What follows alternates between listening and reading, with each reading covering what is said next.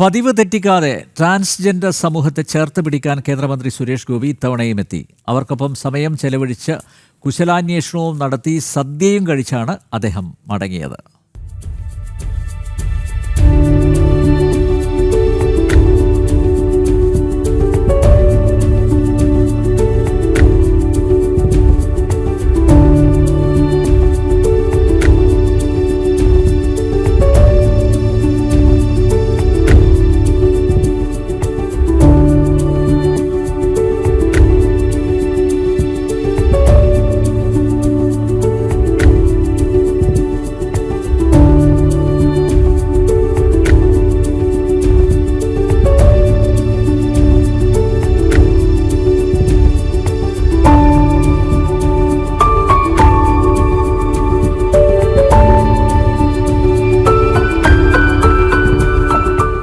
ഓണാഘോഷത്തോടനുബന്ധിച്ച് പ്രതീക്ഷ ഫൗണ്ടേഷന്റെ നേതൃത്വത്തിൽ തിരുവനന്തപുരം ശ്രീമൂലം ക്ലബ്ബിൽ നടന്ന പരിപാടിയാണ് സ്നേഹനിർഭരമായത്. ട്രാൻസ്ജെൻഡേഴ്സിനോടൊപ്പം ഏറെ നേരം ചെലവഴിച്ച സുരേഷ് ഗോപി അവരുടെ ഓരോ കാര്യങ്ങളും ചോദിച്ചറിഞ്ഞു. അതിനാൽ വാക്കുകളില്ലാത്ത സന്തോഷത്തിലാണ് ഓരോരുത്തരും. സമൂഹത്തിന്റെ അംഗീകാരം ഇന്ന് തങ്ങൾക്ക് ലഭിക്കുന്നുവെങ്കിൽ അതിനു പിന്നിൽ ഇത്തരം ചേർത്തുപിടിക്കലാണ്.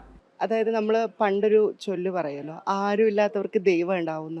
അങ്ങനെ ഒരു ട്രാൻസ്ജെൻഡർ മനുഷ്യരായിട്ടുള്ള കുറേ ആരും ഇല്ലാത്ത കുറേ മനുഷ്യർക്കുള്ളൊരു ദൈവമാണ് സുരേഷ് ഗോപി സാറും തോന്നിയിട്ടുണ്ട്. കാരണം ഇപ്പോൾ ഓണാഘോഷം മാത്രമല്ല, കഴിഞ്ഞ വർഷം 10-12ഓളം ട്രാൻസ്ജെൻഡർ മനുഷ്യരുടെ സർജറി സാർ ചെയ്തു കൊടുക്കുകയുണ്ടായി. അങ്ങനെ ഒരു ദൈവതുല്യനായിട്ടുള്ളൊരു മനുഷ്യൻ തന്നെയാണ് സുരേഷ് ഗോപി സാർ. ഈ വർഷം അദ്ദേഹത്തിനോട് ഓണാഘോഷിക്കാൻ പറ്റുന്നതിൽ അത്രയധികം സന്തോഷം, അഭിമാനം. കഴിഞ്ഞ വർഷത്തെ പോലെ ഇത്തവണയും എത്താനായതിൽ വലിയ സന്തോഷത്തിലാണ് കേന്ദ്രമന്ത്രിയും.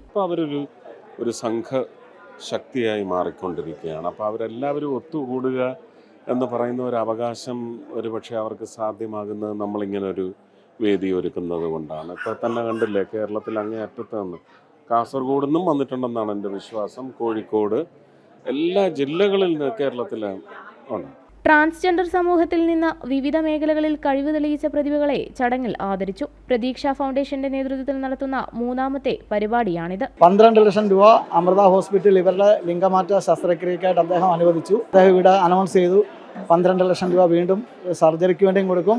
50 ലക്ഷമോ 1 കോടിയോ മുടക്കി MP ഫണ്ടിൽ നിന്ന് ഇവർക്ക് വേണ്ടി ഷെൽട്ടർ ഹോം പണിയാമെന്നും അദ്ദേഹം പറഞ്ഞിട്ടുണ്ട്. ഓണക്കോടി വിതരണവും ഓണസദ്യയും കലാപരിപാടികളും ചടങ്ങിന് മാറ്റുകൂട്ടി. ജനം, തിരുവനന്തപുരം.